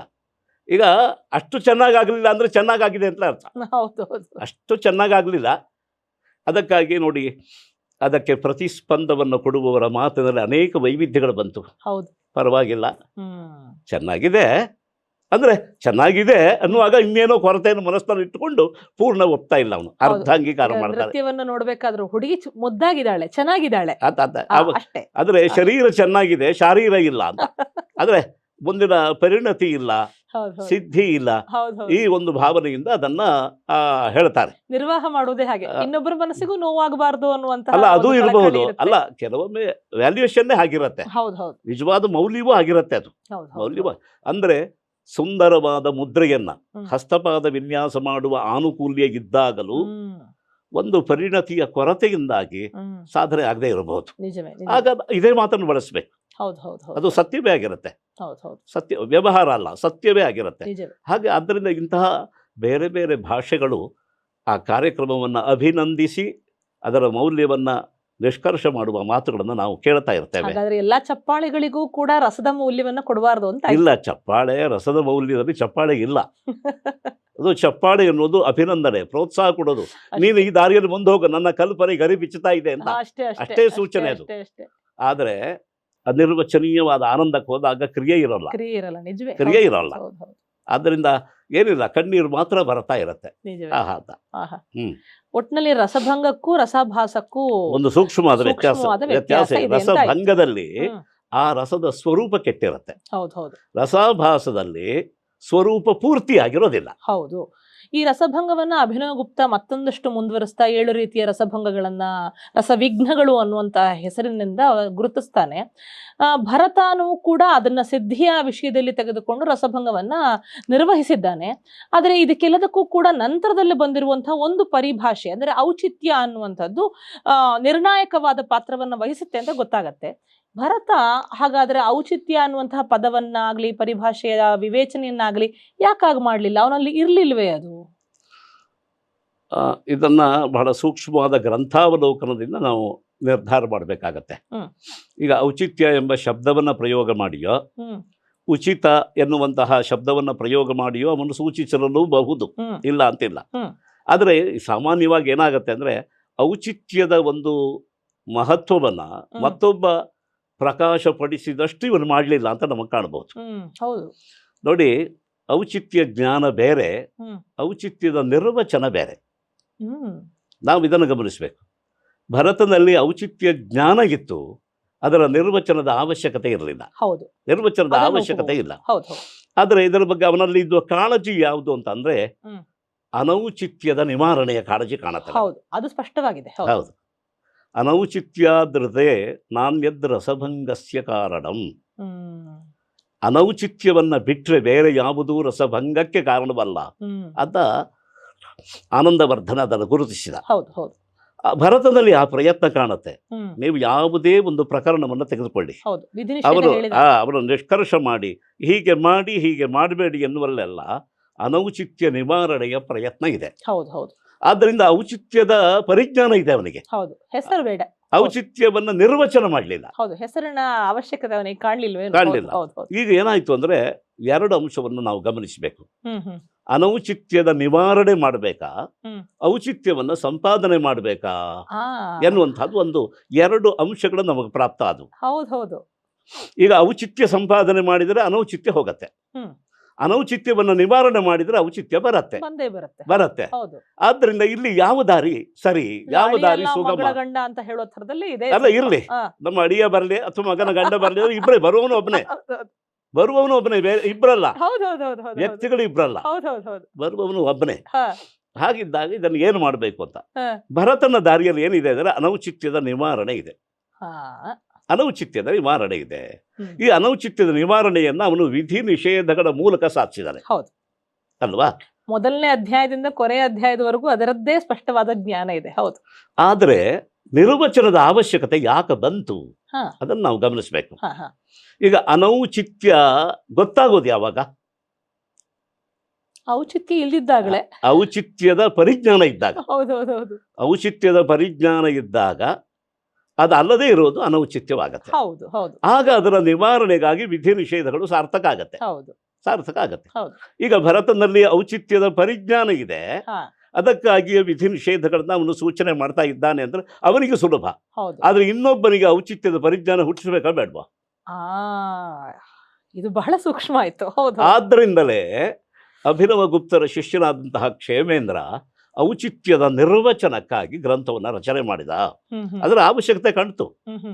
ಹಾಗಂತ ನಾವು ಗಮನಿಸಬೇಕು, ರಸಭಂಗಕ್ಕೆ ಮೂಲ ಕಾರಣವಾದಂತಹ ಅನೌಚಿತ್ಯ, ಅದರ ನಿವಾರಣೆಯ ಪ್ರಯತ್ನ ಹಿಂದಿನವರಲ್ಲೂ ಇತ್ತು, ಇದ್ದೇ ಇತ್ತು. ಅವರಿಗೆ ಔಚಿತ್ಯ ಜ್ಞಾನ ಎನ್ನುವುದು ಹೇಗೆ ಬಂದಿತ್ತು ಅಂದ್ರೆ ಲೋಕಾವೇಕ್ಷಣದಿಂದ ಬಂದಿತ್ತು. ಲೋಕ ಕಾವ್ಯಾದ್ಯವೇಕ್ಷಣ, ಅದನ್ನ ನೋಡಿಯೇ ಪಡ್ಕೊಂಡಿದ್ರು. ಈಗ ಅದು ಉಪದೇಶಬದ್ಧ ಆಗಬೇಕು ಅಂದ್ರೆ ಅದಕ್ಕಾಗಿ ಅದರ ನಿರ್ವಚನವನ್ನು ಮಾಡಬೇಕಾಯ್ತು. ಅವನಾದ್ರೂ ನಿರ್ವಚನ ಮಾಡದ್ನ? ಅದು ಅವನೇ ಮಾಡಿದ, ಕ್ಷೇಮೇಂದ್ರ. ಆದ್ದರಿಂದ ಅದನ್ನು ನಿರ್ವಚನ ಮಾಡಿದ. ಔಚಿತ್ಯ ವಿಚಾರ ಚರ್ಚಾ ಎಂಬಂತಹ ಒಂದು ಗ್ರಂಥವನ್ನ, ಲಘುವಾದ ಗ್ರಂಥ ಅದು, ನಿರ್ಮಾಣ ಮಾಡಿ ಔಚಿತ್ಯವನ್ನ ನಿರ್ವಚನ ಮಾಡಿದ. ಬಹಳ ಚೆನ್ನಾಗಿ ಮಾಡಿದ. ಔಚಿತ್ಯವೆಂಬುದೇ ರಸ ಜೀವಿತ ಭೂತ ಅಂತ ಹೇಳ್ತಾರೆ. ಔಚಿತ್ಯಂ ರಸ ಜೀವಿತ ಭೂತಂ ಅಂತ. ರಸ ಬದುಕೋದು ಎಲ್ಲಿ ಅಂತ ಕೇಳಿದ್ರೆ ಔಚಿತ್ಯದಲ್ಲಿ ಅಂತ. ಔಚಿತ್ಯವಿದ್ರೆ ರಸ ಬದುಕಿರತ್ತೆ. ಔಚಿತ್ಯ ಭಂಗ ಆದೊಡನೆ ರಸ ಇರೋಲ್ಲ, ಅದರ ಜೀವ ಹೊರಟೋಗತ್ತೆ. ಆದ್ರಿಂದ ಔಚಿತ್ಯ ಜೀವಿತ ಔಚಿತ್ಯವೆಂಬುದು ರಸಜೀವಿತ ಭೂತ. ಆದ್ದರಿಂದಲೇ ಅದರ ನಿರ್ವಚನವನ್ನು ನಾನು ಮಾಡ್ತೇನೆ ಅಂತ ಹೇಳಿ ಅವನು ಪ್ರತಿಜ್ಞೆಯನ್ನು ಮಾಡ್ತಾನೆ. ಕ್ಷೇಮೇಂದ್ರ ತನ್ನ ಔಚಿತ್ಯ ವಿಚಾರ ಚರ್ಚಾ ಎಂಬ ಗ್ರಂಥದಲ್ಲಿ ಔಚಿತ್ಯವನ್ನು ನಿರ್ವಚನ ಮಾಡ್ತಾನೆ. ಹ್ಮ್. ಔಚಿತ್ಯ ಅಂದ್ರೆ ಏನು ಅಂತ. ಹ್ಮ್. ಉಚಿತಸ್ಯ ಭಾವ ಹ್ಮ್. ಔಚಿತ್ಯಂ ಅಂತ. ಹ್ಮ್. ಹ್ಮ್. ಉಚಿತ ಅಂತಂದ್ರೆ ಯುಕ್ತ ಎಂಬ ಅರ್ಥ. ಹ್ಮ್. ಹ್ಮ್. ಯುಕ್ತ ಯುಕ್ತವಾಗಿರುವ ಸದೃಶ ಎಂಬ ಹ್ಮ್. ಒಂದು ಅರ್ಥದಲ್ಲಿ ಉಚಿತ ಶಬ್ದ ಹ್ಮ್. ಹ್ಮ್. ಸದೃಶವಾದದ್ದು ಅಂತ. ಹ್ಮ್. ಹ್ಮ್. ಈಗ ನಾವೊಂದು ದೃಷ್ಟಾಂತದ ಮೂಲಕ ಇದನ್ನು ಗ್ರಹಿಸಬಹುದು. ಹೌದು ಈ ಬೆರಳಿಗೆ ಇದಕ್ಕೆ ಅನಾಮಿಕ ಅಂತ ಹೆಸರು. ಹೌದು ಹೆಸರಿಲ್ಲ ಇದಕ್ಕೆ. ಹೌದು ಹೌದು ಹೆಸರು ಇಲ್ಲದೆ ಇದ್ದವರಿಗೆ ಒಂದು ಹೆಸರು ಕೊಡುವ ಅಂತ ಒಂದು ಉಂಗುರವನ್ನು ಹಾಕಿದ್ರು. ಹೌದು ಹೌದು ಅದನ್ನ ಉಂಗುರ ಬೆರಳು. ಉಂಗುರ ಬೆರಳು ಅಂತ ಅಂತೇವೆ. ಹ್ಮ್. ಹ್ಮ್. ಒಂದು ಉಂಗುರವನ್ನು ತೆಗೆದುಕೊಂಡು ಹಾಕಿ ನೋಡಿದಾಗ ಹೇಳಿ ಮಾಡಿದಂತಿದೆ ಅಂತ ಅಂತೇವೆ ನಾವು. ಹೌದು ಹೇಳಿ ಮಾಡಿದ ಹಾಗಿದೆ ಅಲ್ಲ, ಹೌದು ಹೌದು ಹೇಳಲಿಲ್ಲ, ಇಲ್ಲಿವರೆಗೆ ಯಾರಿಗೂ ಹೇಳಿ ಮಾಡಿದ್ದಲ್ಲ, ಹ್ಮ್. ಸರಿಯಾಗಿ ಕೂತ್ಕೊಳ್ತು. ಹೌದು ಆವಾಗ ಈ ಹೇಳಿ ಮಾಡಿದ್ದು ಎನ್ನುವ ಅರ್ಥದಲ್ಲಿ ಉಚಿತ ವಚ ಪರಿಭಾಷಣೆ ಅಂತ. ಒಬ್ಬನಿಗೆ ಹೀಗೆ ಮಾಡು ಅಳತೆ ಹೀಗಿದೆ, ಉಂಗುರ ಹೀಗೆ ಕೂತ್ಕೊಳ್ಬೇಕದು ಉಂಗುರ, ಆ ರೀತಿ ಮಾಡಿಕೊಡು ಅಂತ ಹೇಳಿದ ಮೇಲೆ ಮಾಡಿದರೆ ಹೇಗಾಗತ್ತೋ ಹಾಗೆ ಕೂತ್ಕೊಂಡಿದೆ. ಅದು ಆವಾಗ ಕನ್ನಡದ ಉಚಿತ ಅಲ್ಲ ಅದು. ಅಲ್ಲ, ಕನ್ನಡದ ಉಚಿತ ಅಲ್ಲ, ಅದು ಬೇರೆ ಬೇರೆ ಭಾಷೆಯಲ್ಲಿ ಬೇರೆ ಬೇರೆ. ಹೌದು. ಅಲ್ಲೂ ಕೂಡ ಇದೇ ಭಾವ ಇದೆ ಹಿನ್ನೆಲೆಯಲ್ಲಿ. ಹ್ಮ್. ಹ್ಮ್. ಅದು ಉಚಿತ ಅಂತ ಬರೋದಕ್ಕೆ ಹ್ಮ್. ಹ್ಮ್. ಅದಕ್ಕೇನು ಅಂತಂದ್ರೆ ಹ್ಮ್. ಶುಲ್ಕವಿಲ್ಲದೆ ಕೊಡೋದೇ ಉಚಿತ ಅಂತ. ಹೌದು ಹೌದು ಆದ್ದರಿಂದ ಹಾಗೆ ಉಚಿತ ಅಂತ ಫ್ರೀ ಬಂದಿದ್ದು. ಅಂತ. ಹೌದು ಹೌದು, ಹ್ಮ್. ಉಚಿತ ಅಂತ. ಹ್ಮ್. ಈಗ ಏನಾಯ್ತು ಅಂದ್ರೆ ಹೇಳಿ ಮಾಡಿದಂತಿದೆ, ಹ್ಮ್. ಆ ದೃಷ್ಟಿಯಿಂದ ಹ್ಮ್. ಉಚಿತ, ಹ್ಮ್. ಬೆರಳಿಗೆ ಉಚಿತವಾಗಿದೆ ಹ್ಮ್. ಉಂಗುರ ಅಂತ ಬಂತು. ಹ್ಮ್. ಇದು ಔಚಿತ್ಯ. ಔಚಿತ್ಯ ಅಂತಂದ್ರೆ ಏನು ಅಂದ್ರೆ ಬೆರಳಿನ ಅಳತೆಗೆ ಅನುಗುಣವಾಗಿ ಹೊಂದೋದು, ಯುಕ್ತವಾಗೋದು. ಹೌದು ಅಲ್ಲಿ ಸಮಯೋಚಿತ ಅನ್ನೋ ಹೌದು. ಥರದಲ್ಲಿ ಇದು ಕೂಡ. ಸ್ವಲ್ಪ ದೊಡ್ಡದಾದ್ರೆ ಉಂಗುರ ಜಾರಿ ಬೀಳತ್ತೆ, ಹ್ಮ್. ಚಿಕ್ಕದಾದರೆ ಬೆರಳೊಳಗೆ ಸೇರೋದಿಲ್ಲ. ನಿಜವೇ. ಆದ್ದರಿಂದ ಅಳತೆ ತಪ್ಪಿದರೆ ಹ್ಮ್. ಆ ಬೆರಳಿಗೆ ಅದು ಹೊಂದೋಲ್ಲ, ಹೌದು ಯುಕ್ತವಾಗೋಲ್ಲ. ಇದು ಔಚಿತ್ಯ. ನೀವು ಇದೇ ವಿಧಾನದಲ್ಲಿ ಈ ತರ್ಕವನ್ನು ಎಲ್ಲ ಕಡೆಗೆ ಅನುಸರಿಸಬಹುದು. ಯುಕ್ತತಾ, ಯುಕ್ತಿಯುಕ್ತತ, ಅದು ಯುಕ್ತವಾಗಿ ಹೊಂದಿಕೊಳ್ಳೋದಿದ್ದರೆ ಹ್ಮ್. ಆವಾಗ ಅದನ್ನು ನಾವು ಉಚಿತ ಅಂತ ಅಂತೇವೆ. ಇನ್ನೊಂದು ಉಚ ಸಮವಾಗಿ ಅಂತ ಒಂದು ಧಾತುವಿದೆ. ಹ್ಮ್. ಹ್ಮ್. ಆ ಧಾತುವಿನಿಂದಲೂ ಉಚಿತ ಎಂಬ ಶಬ್ದವೇ ಹುಟ್ಟತ್ತೆ. ಹ್ಮ್. ಹ್ಮ್. ಪ್ರತ್ಯಯಗಳು ಬೇರೆ, ಹ್ಮ್. ಅಲ್ಲಿ ತಪ್ ಪ್ರತ್ಯಯ, ಇನ್ನೊಂದು ಕಡೆಗೆ ಕಿತಚ್ ಪ್ರತ್ಯಯ, ಓಹೋ. ಧಾತು ಬೇರೆ, ಓಹೋ. ಆದರೆ ಎರಡೂ ಅರ್ಥಗಳು ಹೊಂದಿಕೊಳ್ಳುತ್ತೆ. ಹ್ಮ್. ಹ್ಮ್. ಉಚ ಸಮವಾಗೆ ಅಂತ. ಹ್ಮ್. ಸಮವಾಗೆ ಅಂದ್ರೆ ಅವಿನಾಭೂತ ಸಂಬಂಧ, ಹ್ಮ್. ಹ್ಮ್. ಅಪೃಥಕ್ ಸ್ಥಿತವಾದ ಸಂಬಂಧ ಹ್ಮ್. ಹ್ಮ್. ಅಂತ. ಈಗ ಉದಾಹರಣೆಗೆ ಹೂವಿನಲ್ಲಿರುವ ಪರಿಮಳ, ಹಾ, ಹೂವನ್ನ ಬಿಟ್ಟು ಪರಿಮಳ ಇರೋದೇ ಇಲ್ಲ. ಸತ್ಯವೇ. ವಿನಾ ನಭವತಿ, ಹೌದು ಹೌದು ಹೂವನ್ನ ಬಿಟ್ಟು ಪರಿಮಳ ಇರೋಲ್ಲ. ಆದ್ರಿಂದ ಅವಿನಾಭಾವ ಸಂಬಂಧ. ಈ ಅವಿನಾಭಾವ ಸಂಬಂಧ ಇದ್ದಾಗ ನಾವು ಉಚಿತ ಅಂತ ಅಂತೇವೆ. ಹ್ಮ್. ಹ್ಮ್. ಇಂತಹ ಗಾಢವಾದ ಸಂಬಂಧ, ಹ್ಮ್. ಹ್ಮ್. ಅದಕ್ಕೆ ಅದು ಲಗತ್ತಾಗಬೇಕು. ಹೌದು ಹೌದು ಸೀತೆಯ ಹೃದಯ ಮತ್ತು ರಾಮ ಇದ್ದ ಹಾಗೆ. ಹೌದು ಹೌದು ರಾಮನನ್ನ ಬಿಟ್ಟರೆ ಸೀತೆಯ ಹೃದಯವೇ ಇಲ್ಲ, ನಿಜ. ಅದು ಉಚಿತ ಹೌದು. ಅಲ್ವಾ? ಆಗ ಒಂದು ಔಚಿತ್ಯವನ್ನು ನೋಡಿ ಅದನ್ನು ಹೇಗೆ ವಿಸ್ತರಿಸ್ಕೊಂಡು ಬರಬಹುದು ಅಂತಂದ್ರೆ, ಹ್ಮ್. ರಾಮ ಮುದ್ರೆಯ ಉಂಗುರ ಸೀತೆಯ ಕೈಗೆ ಬಂತು, ಹೌದು ಆಂಜನೇಯ ತಂದು ಕೊಟ್ಟ. ನಿಜ. ರಾಮನೇ ಸಿಕ್ಕಿದ ಅಂತ ಭಾವಿಸಿ ಕಣ್ಣಿಗೆ ಒತ್ತುಕೊಂಡು ಹ್ಮ್. ತನ್ನ ಕೊರಡ ಮಾಂಗಲ್ಯಕ್ಕೆ ಅದನ್ನು ಸ್ಪರ್ಶ ಮಾಡಿ ಹ್ಮ್. ಆ ಉಂಗುರವನ್ನ ಬೆರಳಿಗೆ ಇಟ್ಕೊಳ್ತಾಳೆ ಅವಳು, ಹೌದು. ರಕ್ಷಣೆ ಮಾಡೋದಕ್ಕೆ. ಹ್ಮ್. ಆವಾಗ ಇದು ಉಚಿತ. ಯಾಕೆಂದ್ರೆ ಅವಳ ಹೃದಯದಲ್ಲಿ ರಾಮ ಇದ್ದ, ಅವಳ ಅನಾಮಿಕೆಯಲ್ಲಿ ರಾಮ ಮುದ್ರೆ ಇತ್ತು, ಹೌದು. ಹೃದಯದ ಮುದ್ರೆ ಆಯ್ತು, ಆಹಾ. ಅಲ್ವಾ? ಹ್ಮ್. ಇದು ನೋಡಿ ಎಷ್ಟು ಉಚಿತವಾಗಿ ಒಂದು ಸನ್ನಿವೇಶ ಬಂತು ಅಂತಂದ್ರೆ. ಹೌದು ಹೌದು ಆವಾಗ ಅದಕ್ಕೆ ಯುಕ್ತ, ಸೀತೆಗೆ ಅದು ಯುಕ್ತವಾಯ್ತು, ಹೌದು ಅಲ್ವಾ? ಹೌದು ಸೀತೆಯ ಭಾವಕ್ಕೆ ಸದೃಶವಾಯಿತು. ಹೌದು. ಆದ್ದರಿಂದ ಈ ಯುಕ್ತತ, ಆನುರೂಪ್ಯ, ಹ್ಮ್. ಸಾದೃಶ್ಯ ಹ್ಮ್. ಎಂಬುದೇ ಔಚಿತ್ಯ. ಹ್ಮ್. ಅದನ್ನ ಕ್ಷೇಮೇಂದ್ರ ಕಾರಿಕೆಯಿಂದ ಹೇಗೆ ಹೇಳ್ತಾರೆ, ಉಚಿತಂ ಪ್ರಾಹುರಾಚಾರ್ಯಾ ಸದೃಶೈ ಸ್ಥಿರ ಯಸ್ಯ ಯತ್ ಸದೃಶಂ ಹ್ಮ್. ಹ್ಮ್. ತತ್ ಉಚಿತಂ. ಹ್ಮ್. ಉಚಿತಂ ಪ್ರಾಹುರಾಚಾರ್ಯಾ ಸದೃಶಂ ಚಿರ ಯಸ್ಯ ಯತ್ ಹ್ಮ್. ಉಚಿತಸ್ಯ ಚ ಯೋ ಭಾವಃ ಹ್ಮ್. ತದೌಚಿತ್ಯಂ ಪ್ರಚಕ್ಷತೆ. ಔಚಿತ್ಯ ಅಂದ್ರೆ ಹ್ಮ್. ಉಚಿತಸ್ಯ ಭಾವಃ, ಹ್ಮ್. ಹ್ಮ್. ಇದು ಔಚಿತ್ಯ ಅಂತ. ಹ್ಮ್. ಈ ಔಚಿತ್ಯವನ್ನ ಹೀಗೆ ನಿರ್ವಚನ ಮಾಡಿ ಹ್ಮ್. 26 ರೀತಿಯ ಔಚಿತ್ಯಗಳನ್ನು ಅವನು ಉಲ್ಲೇಖ ಮಾಡ್ತಾರೆ. ಓಹೋ. ಈಗ ಉದಾಹರಣೆಗೆ ಪದ ಔಚಿತ್ಯ, ಹ್ಮ್. ವಾಕ್ಯ ಔಚಿತ್ಯ, ಪ್ರಕರಣ ಔಚಿತ್ಯ, ರಸೌಚಿತ್ಯ, ಭಾವೌಚಿತ್ಯ, ಹೀಗೆ. ಅಂದ್ರೆ ಈಗ ಉಚಿತ ಯಸ್ಯ ಯತ್ ಸದೃಶಂ ಅಂತ ಅಂದಾಗ ನಾವು 2 ಪದಾರ್ಥಗಳಿದ್ದಾಗಲೇ ಮಾತ್ರ ಔಚಿತ್ಯದ ಚರ್ಚೆ ಬರೋದು. ನಿಜವೇ ನಿಜವೇ. ಒಂದೇ ಇದ್ರೆ ಔಚಿತ್ಯದ ಚರ್ಚೆ ಇಲ್ಲ. ಅವಶ್ಯಕತೆ ಇಲ್ಲ. ಅಲ್ಲ, ಯಾಕೆ ಅಂದ್ರೆ ಒಂದೇ ಇರೋದೇ ಔಚಿತ್ಯ, ಮತ್ತೊಂದು ಬಂದ್ರೆ ಅದು ಒಂದಲ್ವಲ್ಲ. ಹೌದು ಹೌದು ದ್ವಿತೀಯ ದ್ವೈ ಭಯಂ ಭವತಿ. ಹೌದೌದು. ಉಪನಿಷತ್ ಅದನ್ನು ಹೇಳ್ಬಿಟ್ಟಿದೆ. ಒಂದರ ಔಚಿತ್ಯ ಏನು ಅಂತ ಕೇಳಿದ್ರೆ ಎರಡನೇದು ಬಂದ್ರೆ ಅದಕ್ಕೆ ಭಯ ಆಗತ್ತೆ, ಎರಡನೇದು ಬಂದ್ರೆ ನಮಗೂ ಭಯ ಆಗತ್ತೆ. ದ್ವಿತೀಯ ದ್ವೈ ಭಯಂ ಭವತಿ, ಒಂದಿದ್ರೆ ಅಭಯ, ಅದೇ ಅದರ ಔಚಿತ್ಯ. ಉಪನಿಷತ್ ಹೇಳಿದೆಯಲ್ಲ ಅದನ್ನ. ಹೌದೌದು, ಇಲ್ಲರ ತುಲನೆ ಬಂದ್ಬಿಡ್ತದಲ್ಲ. ಬಂದ್ಬಿಡತ್ತೆ. ಆದ್ದರಿಂದ ಏನಾಗತ್ತೆ, ಔಚಿತ್ಯವನ್ನು ಹೇಳುವಾಗ ಎರಡು ವಸ್ತುಗಳು ಇರಬೇಕು. ಅದಕ್ಕೆ ಇದು ಸದೃಶವಾದ, ಅದಕ್ಕೆ ಇದು ಉಚಿತ ಅಂತ ಆಗತ್ತೆ, ಅದಕ್ಕೆ ಹೊಂದಿಕೊಳ್ಳೋದು ಅಂತ ಆಗತ್ತೆ, ಹೇಳಿ ಮಾಡಿಸಿದಂತ ಆಗತ್ತೆ ಅಲ್ವಾ. ಆದ್ದರಿಂದ ಹೀಗೆ ಔಚಿತ್ಯವನ್ನ ನಿರ್ವಚನ ಮಾಡಿ ಅವರು ಕಾರಿಕೆಯನ್ನು ಮಾಡಿದ್ದಾರೆ. ಈಗ ಏನಾಯ್ತು ಅಂತಂದ್ರೆ ರಸಭಂಗ, ಅನೌಚಿತ್ಯ, ಔಚಿತ್ಯ ಮತ್ತು ರಸಜೀವಿತ, ಈ ನಾಲ್ಕರ ಸಂಬಂಧವನ್ನ ನಾವು ಯೋಚನೆ ಮಾಡಬೇಕು. ಈಗ ಅನೌಚಿತ್ಯದಿಂದ ರಸಭಂಗ ಆಗತ್ತೆ ಎನ್ನುವುದಕ್ಕೆ ನೂರಾರು ಉದಾಹರಣೆ ಕೊಡಬಹುದು, ನೂರಾರು ಉದಾಹರಣೆಗಳನ್ನು ಕೊಡಬಹುದು. ನಮ್ಮ ಸಾಮಾನ್ಯರ ಒಂದು ಅನುಭವದಿಂದ ತೊಡಗಿ ನೂರಾರು ಉದಾಹರಣೆಗಳನ್ನು ನಾವು ಕೊಡಬಹುದು. ಒಂದು ಅನೌಚಿತ್ಯ ಬಂದ್ರೆ ರಸಭಂಗ ಆಗತ್ತೆ. ಅದಕ್ಕೆ ಹೇಳಿದ್ದು ಅನೌಚಿತ್ಯದಿಂದ ರಸದ ಉದಯವೂ ಆಗೋಲ್ಲ, ಆಸ್ವಾದವೂ ಆಗೋಲ್ಲ. ಯಾಕೆ ಅಂತ ಕೇಳಿದ್ರೆ ಸಾಮಾಜಿಕನ ಒಂದು ಕಲ್ಪನಾ ಧಾರೆ ತುಂಡಾಗತ್ತೆ ಅನೌಚಿತ್ಯ ಬಂದಾಗ. ಅಭಿನಯದ ಅನೌಚಿತ್ಯ ಇರಬಹುದು, ವಾಕ್ಯನ ಅನೌಚಿತ್ಯ ಇರಬಹುದು, ಅಥವಾ ಭಾವದ ಅನೌಚಿತ್ಯ ಇರಬಹುದು. ಆ ಅನೌಚಿತ್ಯ ಕಾಣಿಸಿಕೊಂಡ ತಕ್ಷಣ ಮನಸ್ಸು ಹಿಂಸರಿಯತ್ತೆ, ಕಲ್ಪನೆಯ ಧಾರೆ ತುಂಡಾಗತ್ತೆ, ಸಾಧಾರಣೀಕರಣ ಹೊರಟು ಹೋಗತ್ತೆ, ಲೌಕಿಕವಾಗತ್ತೆ. ಭಾವ ಇರುವ ಭಾವವು ಲೌಕಿಕವಾಗತ್ತೆ. ಅಲ್ಲಿವರೆಗೆ ಹುಟ್ಟಿ ಬೆಳಕೊಂಡು ಬಂದ ಭಾವ ಅಲೌಕಿಕವಾಗದೆ ಲೌಕಿಕ ಆಗ್ಬಿಡತ್ತೆ, ಅವಾಗ ರಸಭಂಗ ಆಗತ್ತೆ. ಹೀಗೆ ರಸವಿಗ್ರಹಗಳ ಹಿನ್ನೆಲೆಯಲ್ಲಿ ನಾವು ಯೋಚನೆ ಮಾಡಿದರೆ ಹೀಗೆ ರಸಭಂಗವೆಂಬುದು ಏರ್ಪಡತ್ತೆ. ಪಾಯಸಕ್ಕೆ ಒಗ್ಗರಣೆ ಹಾಕಿದ ಹಾಗೆ, ಅದು ಒಗ್ಗರಣೆ ಹಾಕಿದ ಹಾಗೆ. ಅಲ್ಲಿವರೆಗೆ ಮಾಡಿದ್ದು ಪಾಯಸವೇ, ಇನ್ನೇನು ಇಳಿಸಬೇಕು ಎನ್ನುವಾಗ ಇಂಗಿನ ಒಗ್ಗರಣೆ ಹಾಕಿದರು, ವಿರಸ ಆಯ್ತು, ವಿರಸ ಆಯ್ತು. ಅದರಿಂದಲೇ ರಸಭಂಗ. ಸಮರಸವಿದ್ದರೆ ಮಾತ್ರ ರಸ, ರಸ ಇರದೇ ಇದ್ದರೆ ಆಸ್ವಾದ ಇಲ್ಲ ನೋಡಿ, ಅದು ವಿರಸವಾಯಿತು, ರಸಭಂಗವಾಯಿತು. ಈಗ ಈ ಅನೌಚಿತ್ಯವನ್ನ ನಾವು ಔಚಿತ್ಯದಿಂದ ನಿವಾರಣೆ ಮಾಡಬಹುದು. ಯಾವುದು ಔಚಿತ್ಯ ಅಂತ ಕೇಳಿದ್ರೆ ಪಾಯಸವನ್ನ ಇಳಿಸುವಾಗ ಏಲಕ್ಕಿಯನ್ನು ಹಾಕಿ, ಗೋಡಂಬಿಯನ್ನು ಹಾಕಿ, ಯಾಕೆ ಅದು ಗಂಧದ್ರವ್ಯವೇ. ಇಂಗು ಹೇಗೆ ಸಗಂಧವೋ ಹಾಗೆ ಏಲಕ್ಕಿ ಎನ್ನುವುದು ಅಥವಾ ಕುಂಕುಮ ಕೇಸರ ಎನ್ನುವುದು ಕೂಡ ಸಗಂಧ, ಸುಗಂಧ. ಅದನ್ನ ಹಾಕಿದರೆ ಅವಾಗ ಔಚಿತ್ಯ ಬಂತು, ಅದಕ್ಕೆ ಅದು ಯುಕ್ತ. ಪಾಯಸವೆಂಬುದು ಹಾಲಿನಿಂದ ಮಾಧುರ್ಯವನ್ನ ಹೆಚ್ಚಿಸಿಕೊಂಡ ಒಂದು ಪಕ್ವವಾದ ದ್ರವದ್ರವ್ಯವಾದ್ದಕ್ಕೆ ಅದಕ್ಕೆ ಯಾವುದರ ಯೋಗ ಯುಕ್ತವಾಗತ್ತೆ, ನೀವು ಅದನ್ನು ಸೇರಿಸಿದರೆ ಅವಾಗ ಔಚಿತ್ಯ ಬಂತು.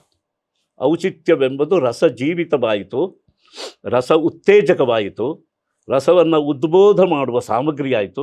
ಅದರ ಕೆಲಸ ನೋಡಿ. ಹಾಗಾದ್ರೆ ಕಲಾವಿದ ಎಷ್ಟೊಂದು ಸೂಕ್ಷ್ಮ ದರ್ಶಕನಾಗಿರ್ಬೇಕು ಅಂತ. ಅದು ಹೌದು. ಈಗ ಉದಾಹರಣೆಗೆ ಶೃಂಗಾರ ರಸ, ಶೃಂಗಾರ ರಸದಲ್ಲಿ ರತಿಭಾವವೇ ಅದೇನು ಇನ್ನು ಶೃಂಗಾರವಾಗಿ ರಾರಾಜಿಸಬೇಕು ಎನ್ನುವ ಹೊತ್ತಿನಲ್ಲಿ ಒಂದು ವಿರಸ ಆಗುವ ಒಂದು ಭಾವ ಬಂದ್ರೆ, ಒಂದು ಅಭಿನಯ ಬಂದ್ರೆ ಅವಾಗ ಏನಾಗತ್ತೆ ಅಂತಂದ್ರೆ ಅಲ್ಲಿಗೆ ಅದು ಮುಗಿತದು. ಉದಾಹರಣೆಗೆ ತಕ್ಷಣ ಅದು ಲೌಕಿಕ ಆಗ್ಬಿಡ್ಬೋದು. ಕೆಲವೊಮ್ಮೆ ಸಹೃದಯನ ಒಂದು ಗ್ರಹಣದ ಕೊರತೆ ಶೈಥಿಲ್ಯದಿಂದಲೂ ಆಗ್ಬೋದಾತು, ಆವಾಗ ಅವನಿಗೆ ಅದು ರಸಭಂಗ ಆಯ್ತು, ಉಳಿದವರಿಗೆ ರಸಭಂಗ ಆಗೋಲ್ಲ. ಸಾಮಾಜಿಕರ ಮೊತ್ತದಲ್ಲಿ ಬೇರೆಯವರು ಇರ್ತಾರಲ್ಲ ಅವರಿಗೆ ರಸಭಂಗ ಆಗೋಲ್ಲ, ಆದ್ರೆ ಇವನಿಗೆ ಆಗ್ಬಿಡತ್ತೆ. ಕೆಲವೊಮ್ಮೆ ನಟನಲ್ಲಿ ನಾಟ್ಯದಲ್ಲಿ ತೊಂದರೆ ಬಂದರೂ ಹಾಗಾಗ್ಬಿಡ್ಬಹುದು. ನಿಜವೇ. ಈ ವಿಷಯದಲ್ಲಿ ಕಲಾವಿದ ಎಷ್ಟು ಎಚ್ಚರಿಕೆಯಿಂದಿದ್ರು ಅಲ್ಲ, ಪೂರ್ಣ ಇಡೀ ನಟ ವರ್ಗವೇ ಬಹಳ ಎಚ್ಚರಿಕೆಯಿಂದ ಇರಬೇಕು. ಯಾವುದೋ ಒಬ್ಬ ಪೋಷಕ ನಟನ ಒಂದು ಅಸಂಗತವಾದ ಅಭಿನಯವೂ ಕೂಡ ಮುಖ್ಯ ರಸಕ್ಕೆ ಭಂಗವನ್ನು ತರಬಹುದು. ಅದೇ ಅವನ ಒಟ್ಟು ಶ್ರಮ, ಇಡೀ ರಂಗಶ್ರಮವು ಹಾಳು ಮಾಡೋದಕ್ಕೆ ಒಂದು ನಿಮಿಷ, ಒಂದು ಕ್ಷಣದ ಒಂದು ಅನೌಚಿತ್ಯ ಇದ್ರೆ ಆಗ್ಬಿಡಬಹುದು. ಈ ಮಟ್ಟಕ್ಕೆ ಔಚಿತ್ಯ ಅನೌಚಿತ್ಯಗಳ ಒಂದು ದರ್ಶನ ಇದೆಯಲ್ಲ ಮನುಷ್ಯನಲ್ಲಿ, ಎಷ್ಟು ನಿಯತವಾಗಿರ್ಬೇಕಲ್ಲ ಅದು.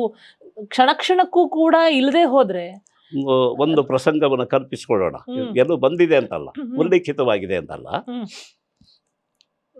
ಸೀತೆಯ ಅಗ್ನಿ ಪರೀಕ್ಷೆ ನಡೆಯೋ ಹೊತ್ತು, ಅಗ್ನಿಯಲ್ಲಿ ಸೀತೆ ಪ್ರವೇಶ ಮಾಡಬೇಕು. ಆ ಕ್ಷಣದಲ್ಲಿ ಒಂದೊಮ್ಮೆ ಹನುಮಂತ ತಡೆದು ಬಿಟ್ರೆ ಅಲ್ವಾ, ಕೇಳೋಕೆ ಆಗೋಲ್ಲ ಅಲ್ವಾ. ಅದು ಏನಾಗತ್ತೆ ಅಂದ್ರೆ ಹಾಗಂತ ತಡೆಯುವ ಒಂದು ಜೀವ ಸಹಜವಾದ ಪ್ರಯತ್ನ ಸುಳ್ಳ ತಪ್ಪ? ತಪ್ಪಲ್ಲ. ಹನುಮಂತನಿಗೆ ತಪ್ಪು. ಹೌದು.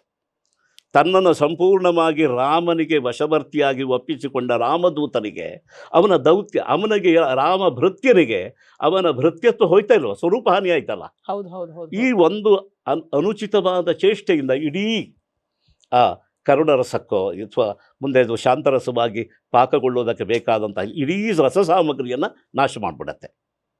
ಅಪ್ರಬುದ್ಧನಾದ ನಟ ಒಬ್ಬ ಹಾಗೆ ಮಾಡಿಬಿಟ್ರೆ ಇದು ವಸ್ತುವಿನ ಚಿಂತನೆಯಲ್ಲೂ ಇರಬಹುದಲ್ವಾ? ಅಲ್ಲಲ್ಲ, ಏನಾಗತ್ತೆ, ಇದು ನಾಟ್ಯ ವಸ್ತುವಿನಲ್ಲಾದ ಲೋಪದಿಂದ ರಸಲೋಪ ಆಗೋದಕ್ಕೆ ಉದಾಹರಣೆ ಕೊಟ್ಟಿದ್ದು. ಹೌದು ಹೌದು ಹೌದು ಹೌದು. ಅದರ ನಿರ್ವಹಣೆಯಲ್ಲಾಗುವ ಲೋಪದಿಂದ ಎಂಥ ದೊಡ್ಡ ಅನರ್ಥವಾಗತ್ತೆ. ಅದೇ ನೋಡೋಕ್ಕಾಗೋಲ್ಲ ಅಂತ ಕಣ್ಣು ಮುಚ್ಚಿದ್ರೆ ರಸೋತ್ತೇಜಕವಾಗತ್ತೆ. ಹೌದು ಹೌದು ಹೌದು. ಇದು ಔಚಿತ್ಯ.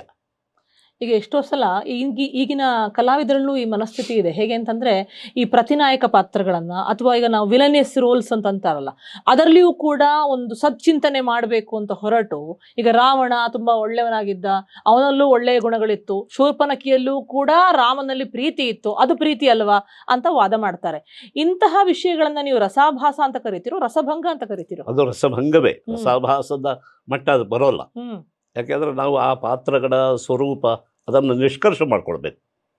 ಈಗ ಏನಾಗಿದೆ ಅಂತಂದ್ರೆ, ಈಗ ಆ ಪಾತ್ರವನ್ನ ಲೋಕವೃತ್ತ ಅಂತ ಗ್ರಹಿಸಿ ಅದರಲ್ಲಿ ಕೆಲವು ಭಾವವನ್ನು ತುಂಬಿದ್ರಿಂದ ಆಗ್ತಾ ಇರುವ ತೊಂದರೆ ಅದು. ಹೌದು, ಈಗಿನ ಕಾಲದಲ್ಲಿ ಅದೊಂದು ತುಂಬಾ ಜಾಸ್ತಿ ಬರ್ತಾ ಇದೆ. ಈಗ ಏನಾಗಿದೆ ಅಂದ್ರೆ, ನಾವು ರಾಮಾಯಣ ನಡೆದಿದೆಯೋ ಕೇಳಿದ್ರೆ ನಡೆದಿಲ್ಲ, ಸುಳ್ಳು ಅಂತ ಹೇಳ್ತಾರೆ. ಹಾಗೆ ಹೇಳುವವರೇ ರಾಮ ಸೀತೆಯರ ಜೀವನವನ್ನ ವಿಮರ್ಶೆ ಮಾಡುವಾಗ ಅವರು ಹಾಗೆ ಬದುಕಿದ್ದಾರೆ ಅಂತ ಸ್ವೀಕಾರ ಮಾಡ್ತಾರೆ. ಹೌದು, ನಿಜವೇ. ಅಂತಹ ಒಂದು ದ್ವಂದ್ವ ಇದೆ ಅವರಲ್ಲಿ, ನಾವು ಗಮನಿಸಬೇಕು. ಹೌದು, ರಾಮಾಯಣ ಸುಳ್ಳಪ್ಪ, ಅಲ್ಲಿ ಏನಿಲ್ಲ, ಅದೇನೋ ಹನುಮಂತ ಹಾರಿದ್ದು ಇಲ್ಲ, ಎಲ್ಲ ಸುಳ್ಳೋದು, ಒಂದು ಕಥೆ ಅಂತ ಇಟ್ಕೊಳ್ತಾರೆ. ಹಾಗೆ ಕಥೆ ಅಂತ ಇಟ್ಕೊಂಡೇ ಮರುಕ್ಷಣದಲ್ಲಿ ರಾಮ ಅಂತ ಒಬ್ಬ ಇದ್ದ, ಸೀತೆ ಅಂತ ಇದ್ಲು, ಅದು ತುಂಬ ಗರ್ಭಿಣಿಯಾದ ಸೀತೆಯನ್ನ ರಾಮ ಬಿಟ್ಟುಬಿಟ್ಟ, ಅದು ಹೇಗೆ ಸರಿಯಾಗತ್ತೆ ಅಂತ ಕಥೆ ಆದ್ರೆ ಹೇಗೂ ಸರಿಯಾಗ್ಬೋದು ಅಲ್ವಾ? ಅದು ಲೋಕವೃತ್ತ ಅಂತ ಇಟ್ಟುಕೊಂಡು ಇವರು ಪ್ರಶ್ನೆ ಮಾಡೋದಕ್ಕೆ ತೊಡಗ್ತಾರೆ. ಅಂದ್ರೆ ಲೌಕಿಕವನ್ನ ಮಿಶ್ರಣ ಮಾಡೋದು, ಮಿಶ್ರಣ ಅದು ಏನು ಅನುಚಿತವಾದ ಮಿಶ್ರಣ. ಈಗ ಮಿಶ್ರಣ ಮಾಡಬಾರ್ದು ಅಂತಿಲ್ಲ. ಈಗ ಲೌಕಿಕ ಒಂದರೊಳಗೊಂದು ಸೇರ್ಕೊಂಡೇ ಇದೆ, ಅದು ಮಿಶ್ರಿತವಾಗಿದೆ. ಆದ್ರೆ ಮಿಶ್ರಣಕ್ಕೊಂದು ತರ್ಕ ಇದೆ. ಆ ತರ್ಕವನ್ನು ಗಮನಿಸದೆ ಮಿಶ್ರಣ ಮಾಡಿದ್ರೆ ಆಗೋ ತೊಂದರೆ. ಈಗ ನಮಗೆ ಪ್ರತಿನಾಯಕನಲ್ಲಿ ಒಳ್ಳೆ ಗುಣ ಇಲ್ಲ ಅಂತಲ್ಲ, ಆ ಒಳ್ಳೆ ಗುಣವನ್ನು, ಅವನ ಕೆಟ್ಟ ಗುಣವನ್ನು ಹೇಳುವಾಗ ತರಬಾರ್ದು. ಹೌದು, ಮೌಲ್ಯ ಸಾಧನೆ ಆಗೋದಿಲ್ಲ. ಈಗ ಉದಾಹರಣೆಗೆ ಕರ್ಣದಲ್ಲಿರುವಂತಹ ಒಂದು ದಾನಶೂರತ್ವ, ಸತ್ಯನಿಷ್ಠೆ, ಅವನ ಸ್ವಾಮಿ ಭಕ್ತಿ ಎಲ್ಲ ಇರಬಹುದು. ಆದರೆ ದ್ರೌಪದಿಯ ವಸ್ತ್ರಾಪಹರಣ ಸಂದರ್ಭದಲ್ಲಿ ದ್ರೌಪದಿಯನ್ನ ಗೌಹು, ನೀನು ಒಂದು ಆಕಳು, ನೀನು ಒಂದು ಹಸು ಅಂತ ಹೇಳಿದ್ನಲ್ಲ, ಎಂತಹ ದುರ್ಬುದ್ಧಿ ಇದೆ, ಅದನ್ನು ಯೋಚನೆ ಮಾಡ್ಬೇಕಾ ಬೇಡವಾ? ಆದ್ದರಿಂದ ಅವನ ದುರ್ಬುದ್ಧಿಯನ್ನ ಚಿತ್ರಣ ಮಾಡುವ ಹೊತ್ತಿನಲ್ಲಿ ಅವನು ದಾನಶೂರನಾಗಿದ್ದ ಅಂತ ತಂದ್ರೆ ಯಾರೂ ಕೂಡ ಎಷ್ಟು ಒಳ್ಳೆಯವನು ಕೆಟ್ಟವನ ಆಗಬಹುದು. ಹೌದು, ಬಾಹ್ಯದಲ್ಲಿ ಒಳ್ಳೆಯವನಾಗಿ ತೋರಿಸ್ಕೊಂಡು ಹೌದು, ಅಂತರಂಗದಲ್ಲಿ ಕೆಟ್ಟವರಾಗಿರುವ ಎಷ್ಟು ಕೆಟ್ಟವನು ಒಳ್ಳೆಯವನಾಗಬಹುದು, ಅದು ಲೋಕದಲ್ಲಿ ಸಹಜ. ಆದ್ರೆ ನೀವು ಅದನ್ನ ಯಾವ ನಾಟ್ಯದಲ್ಲಿ ಯೋಚನೆ ಮಾಡ್ತೀರಿ ಅದನ್ನು ಗ್ರಹಿಸ್ಬೇಕು. ನಾಟ್ಯ ಪ್ರಸಂಗ ಯಾವುದು, ಆ ಪ್ರಸಂಗದಲ್ಲಿ ಅದು ಬೇಕಾ ಬೇಡವಾ ಅಂತ ಅದನ್ನು ಯೋಚನೆ ಮಾಡ್ಬೇಕು. ಈಗ ಏನಾಗಿದೆ ಅಂದ್ರೆ, ನೀವು ಹೇಳಿದಾಗೆ ರಂಗ ಪ್ರದರ್ಶನದಲ್ಲಿ ಇದೊಂದು ರೀತಿಯ ಅಭ್ಯಾಸ ಬಂದಿದೆ. ಖಡನಾಯಕ ಪಾತ್ರಗಳು ಅಥವಾ ಪ್ರತಿನಾಯಕ ಪಾತ್ರ ಅಂತ ಇಟ್ಕೊಳ್ಳೋಣ. ಪ್ರತಿನಾಯಕ ಪಾತ್ರಗಳು ನಾಯಕ ಪಾತ್ರದ ಹತ್ತಿರ ಧಾವಿಸಿ ಬರುತ್ತೆ, ಆಗ ಸಂಘರ್ಷ ಕಡಿಮೆ ಆಗತ್ತೆ, ಇನ್ನೇನಿಲ್ಲ. ನಮಗೆ ಸಂಘರ್ಷದಲ್ಲಿ ಪ್ರಖರತೆ ಬೇಕಾ, ಪ್ರತಿನಾಯಕ ಪಾತ್ರ ಪ್ರತಿನಾಯಕವಾಗಿ ಇರಬೇಕು. ಪಶ್ಚಿಮಕ್ಕಿರುವವನು ಪಶ್ಚಿಮಕ್ಕೆ ಇರಬೇಕು, ಸೂರ್ಯೋದಯ ಪೂರ್ವಕ್ಕಾಗ್ಲಿ. ಪೂರ್ವದಲ್ಲಿ ಸೂರ್ಯೋದಯ ಆಗತ್ತೆ ಅಂದ್ರೆ ಪಶ್ಚಿಮದಲ್ಲಿ ಇರೋದೆಲ್ಲ ಪೂರ್ವಕ್ಕೆ ಬರಬೇಕು ಅಂತಲ್ಲ, ಪಶ್ಚಿಮದಲ್ಲಿ ಇದ್ದೇ ಪೂರ್ವವನ್ನು ನೋಡ್ಲಿ, ಅದಾಗ್ತಾ ಇಲ್ಲ. ಬಹುಶಃ ಅಭ್ಯಾಸದ ಕೊರತೆ, ಓದಿನ ಕೊರತೆ, ಅನಧ್ಯಯನದ ಕೊರತೆ ಅದು ಅಲ್ಲ, ಅದಕ್ಕಿಂತ ಇವರ ರುಚಿಯ ಒಂದು ಬೇರೆ, ಅದೊಂದು ವಿಭಿನ್ನವಾದಂತಹ ಸ್ಥಿತಿ ಅದು. ರುಚಿ ಮತ್ತು ಅಭಿರುಚಿಗಳ ಒಂದು ಮೇಲನದಿಂದಾಗಿ ಇವತ್ತು ಇಂತಹ ಒಂದು ಬೇರೆ ದಾರಿಗಳನ್ನು ಹಿಡಿದಿದ್ದಾರೆ. ಬಹಳ ದಿವಸ ಉಳಿಯೋಲ್ಲ ಅದು ಅಂತ ನಂಗೆ ಅನ್ಸತ್ತೆ. ಪರಂಪರೆಯಾಗಿ ಬೆಳೆಯೋದಿಲ್ಲ, ಅದು ಪರಂಪರೆಯಾಗಿ ಬೆಳೆಯೋಲ್ಲ, ಒಂದು ಪ್ರಯೋಗವಾಗಿರುತ್ತೆ. ಮತ್ತೊಮ್ಮೆ ಅದು ಅಲ್ಲಿಯೂ ಅವರಿಗೆ ರುಚಿ ಬಂದಾಗ ಮತ್ತೆ ಈ ಕಡೆ ಬರ್ತಾರೆ, ಎರಡೂ ಇದ್ದೇ ಇದೆ. ಮತ್ತೆ ಯಾವುದೇ ಮೌಲ್ಯ ಸಾಧನೆ ಆಗದಿದ್ದ ಮೇಲೆ ಅದರಿಂದ ಯಾವುದೇ ರೀತಿಯ ಉನ್ನತವಾದ ಪರಿಣಾಮಗಳನ್ನು ಕೂಡ ನಾವು ಆಲೋಚನೆ ಮಾಡೋದಕ್ಕೆ ಆಗೋದಿಲ್ಲ ಅಂತ ಗೊತ್ತಾಗುತ್ತೆ. ಒಂದು ರಸಾಭಾಸದಿಂದ ರಸಭಂಗದವರೆಗೂ ಇರುವಂತಹ ಒಂದು ವೈರುಧ್ಯ ಏನು ಅದರ ತೊಂದರೆಗಳೇನು, ಎಲ್ಲಿ ಅದನ್ನು ಸಮಾಧಾನ ಮಾಡ್ಕೊಳ್ಬೋದು, ಎಲ್ಲಿ ಬಗೆಹರಿಸ್ಕೊಳ್ಬೋದು, ಹೇಗೆ ನೋಡಬೇಕು ಅನ್ನೋದನ್ನು ತಾವು ತುಂಬ ಸೊಗಸಾಗಿ ಅನಾವರಣ ಮಾಡಿದ್ರಿ. ಈ ಮೂಲಕ ರಸಕ್ಕೆ ಒಂದು ಏಣಿಯ ಹಾಗೆ ನನಗಿದು ಭಾಸ ಆಯಿತು. ತಮಗೆ ಮತ್ತೊಮ್ಮೆ ಹಾರ್ದ ಕೃತಜ್ಞತೆಗಳು, ಪ್ರಣಮನಗಳು. ನಮಸ್ಕಾರ. ವೀಕ್ಷಕರೇ, ಕೇಳಿದ್ರಲ್ಲ, ಹೇಗನ್ನಿಸ್ತು?